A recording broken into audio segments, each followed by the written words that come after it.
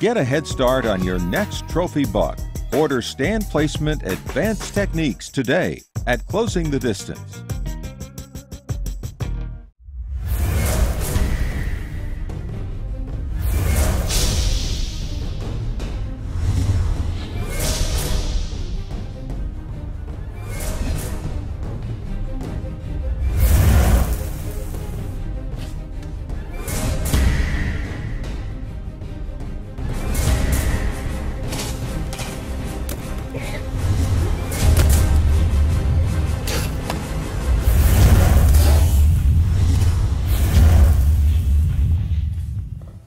Welcome to this week's Closing the Distance. On today's show, I'm bow hunting in Ohio. It's a small farm. We're going to give you some tips and information on bow hunting some small places, and we kill a great deer. Let's get started. Closing the Distance is brought to you by Ozonics, undetectable, undeniable. Hunter Safety System, dedicated to saving hunters' lives. Executioner Broadhead, born to kill. Treason, don't just blend, become. And by Citadel, revolutionary shoot-down shape. This week, host Matt Moore harvests a huge buck that he missed the year before. Great footage coming up. Closing the Distance is made possible by Matthews Solo Cam. Catch us if you can. Tree limb quivers. There's only one tree limb quiver. Sword sights. Sharp solutions in aiming. Elusive Wildlife Technologies, taking the elusive out of wildlife. The Stage Deer Attractant, finally, a synthetic scent that works. And by the amazing Luminaut. Can your arrow not do this?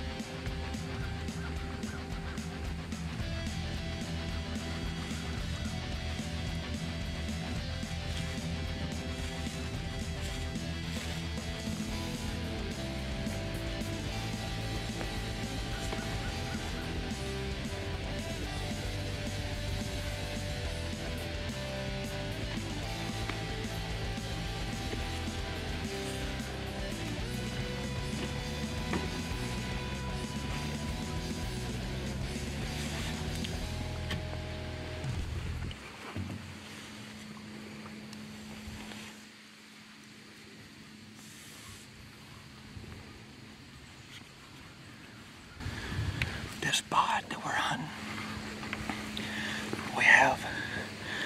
there's some real world wildlife soybeans that are right here that's been planted back in the spring. About half of them been eaten up. A lot of tracks, a lot of sign, there's scrapes here. There's a huge big body deer that I know real well that I missed last year that's coming here almost every day. We're hoping that Decoy will aggravate him enough to come over here. Because that big old buck, he lives on this hill. He's been in this bean field for a long, long time. Maybe he'll walk right here. That's only 8 yards, good Lord willing. He'll stop long enough for me to get him. It's pretty warm. It's about 65 degrees first week of November. Unseasonably warm for Ohio, but we're here. It's gonna be fun. Safety belts are on. Got about 2 hours before dark. Let's make it happen. The deer started coming out, and those are real world beans. Some does, little bucks, and some early activity. And I looked up, and here was a 3-year-old buck had really walked right underneath the stand. And he was bristling up, looking over at the decoy. A really cool looking deer. Wide, had a lot of points. All his tines were short. You could tell this deer was immature. He had a bigger body, neck was swollen because of the rut, but really just a cool looking deer. He was posturing up to the decoy. moved around a little bit, and started pawing the ground.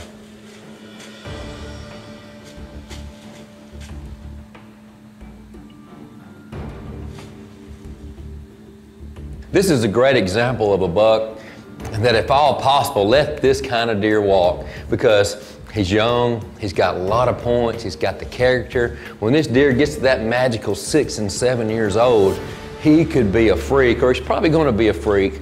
I was so happy to see this deer, and I was hoping that he'll get by for a few more years. About 30 minutes before dark, another buck came into the decoy. He walked in and was really, really aggressive.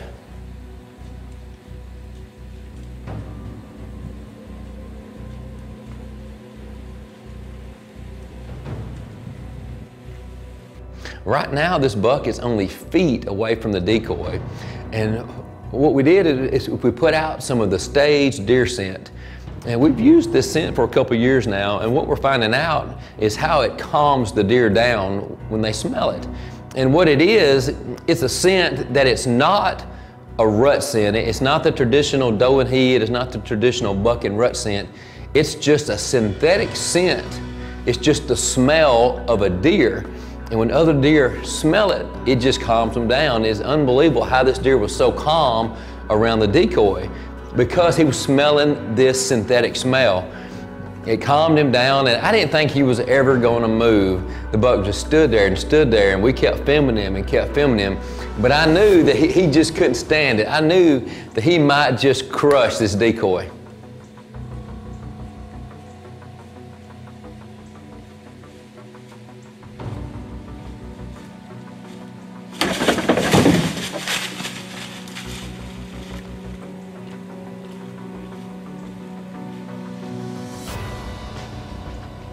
When we return, host Matt Moore is up high, and the buck he's after is a dead deer walking. We'll be right back. Closing the Distance is brought to you by Ozonics, undetectable, undeniable. Hunter Safety System, dedicated to saving hunters' lives. Executioner Broadheads, born to kill. Treason, don't just blend, become. And by Citadel, revolutionary shoot-down shape. Welcome back to Closing the Distance. I'm bow hunting in Ohio, and I'm bow hunting a farm that I hunted the year before. And the year before, I missed a really big bodied deer. It was a deer that we knew about, had so many trail cam pictures of. We were hunting him, had several encounters with him, and the previous year I missed him. And this season, we had found him again. He's in the same spot. We were hunting some of the same stands, just trying to close the distance on him. And it was a lot of fun being aggressive and trying just to shoot this one particular deer. We were seeing several deer off the stand. We were seeing some nice bucks. And what we were doing, we were hunting on top of this ridge. And most of the acorns were gone, and we were baiting this spot up really heavy. And we were testing some new attractants, some new bait. And basically all it was corn. And we had, there was a little bit of deer protein feed mixed in with it. There was some molasses mixed in with it, and there was some mixed in with it. And the deer were really, really hammering this spot.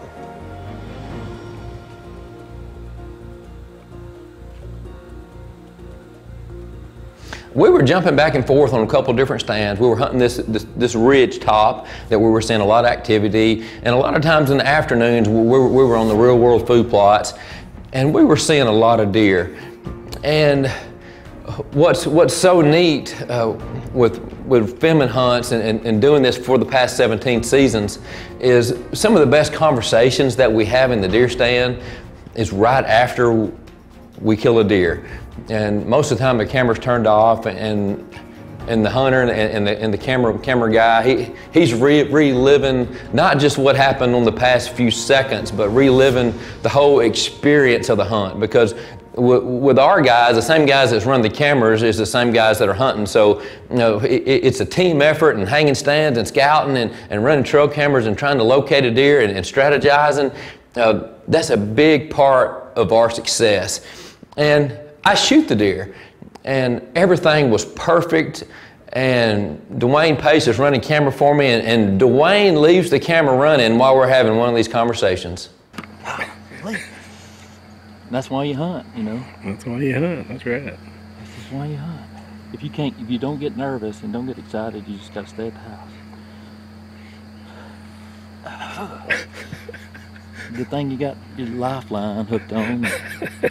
Hunter safety system best. It's 67 degrees right now. It feels like it's 22.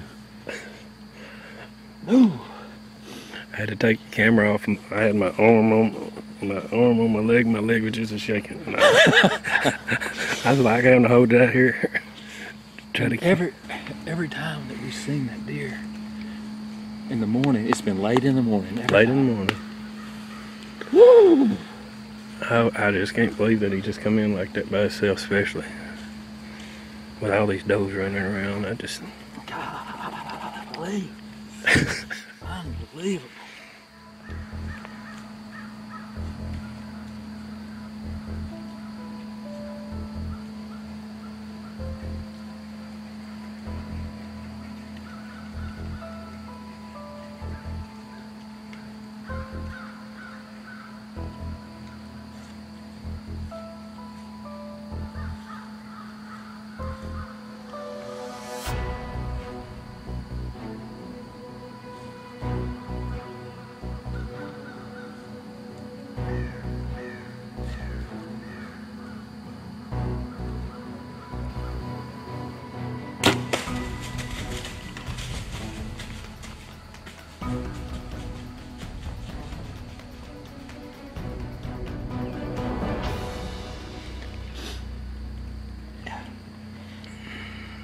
still shaking. It's like it ain't happened, you know. He's a big old body. That sucker is huge, boy. I was looking at him right through here, and I was like, God, that sucker's just broad. I said, God. When he was right there, I was like, he's gonna turn and go that way, ain't getting nothing. And he probably, well, when you had drawed back, and he was kind of, for me, his body was a little bit behind them trees, which I know you had a clear shot, and I was like, and you just kept waiting and waiting. I said, that dang Matt's gonna wait for him to get over to in front of that camera.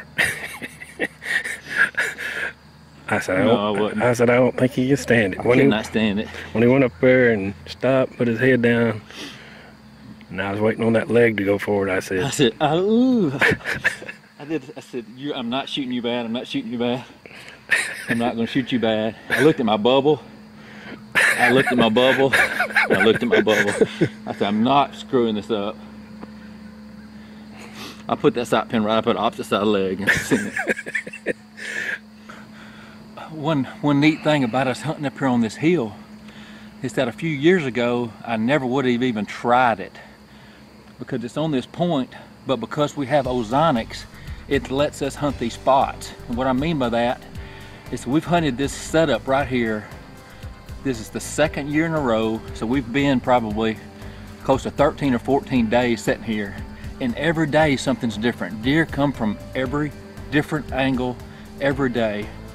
Ozonics lets us hunt here because we're constantly using our puff bottle or wind floaters, moving the unit and getting it set up. And only time that we've been busted here is because deer have seen us and looked up at us in the tree and busted us. But never once have they smelt us here. This was 2 people, 2 ozonics. That's the best product ever. Now let me kill that deer. Awesome.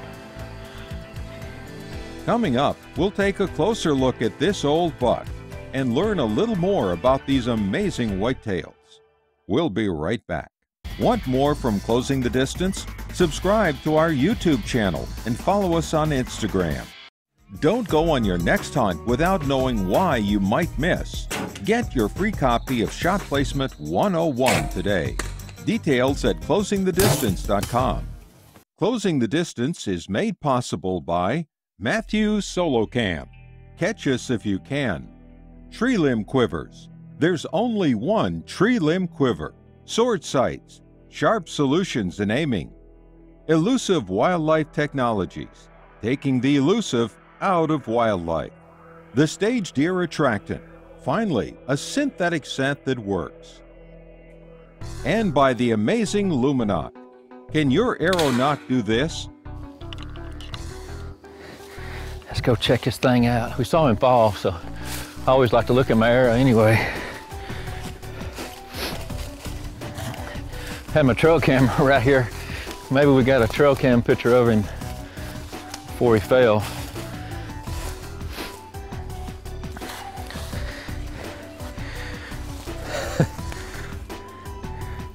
Perfect when you see blood all over your shaft, blood splatter. I'm so excited to see this deer. Especially a deer you got history with, and a deer that you know about, and exciting. Look at these rubs over here, all these big rubs. I don't know if you can see it out there about 20 yards. All those rubs in there. This big old buck's got this whole heel just tore up.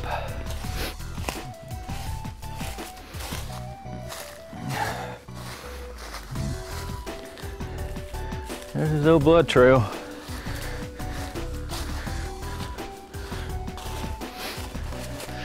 I wish that y'all could smell in this camera, the rut. How ruddy he is. That's strong, isn't it? That's the strongest I've ever smelt it.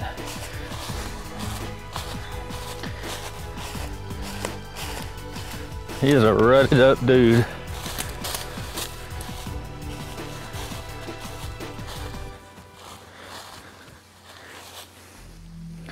The body size of that animal, I can't pick him up. As far as this rack goes, he's what we thought he was. He's got this palmation here, short main beams. His longest tine can't be over 7 inches. He may have been a little bit better rack last year. It's just amazing how we're gonna weigh him. He's one of the biggest deer that I've ever seen. And the guys here that own this land and work this farm, they said they've known about him for the past 3 or 4 years. They think he may be an 8-year-old buck. He may be a big 8-year-old, but just look at this big old blocky head, and his ears are just beat down. He's got those old burrs and stuff all in him. Oh my gosh. What a monster. Well, I just thought if you'd give me his front legs, I might be able to. Come on, Dwayne. Come on, start in it. Sweet.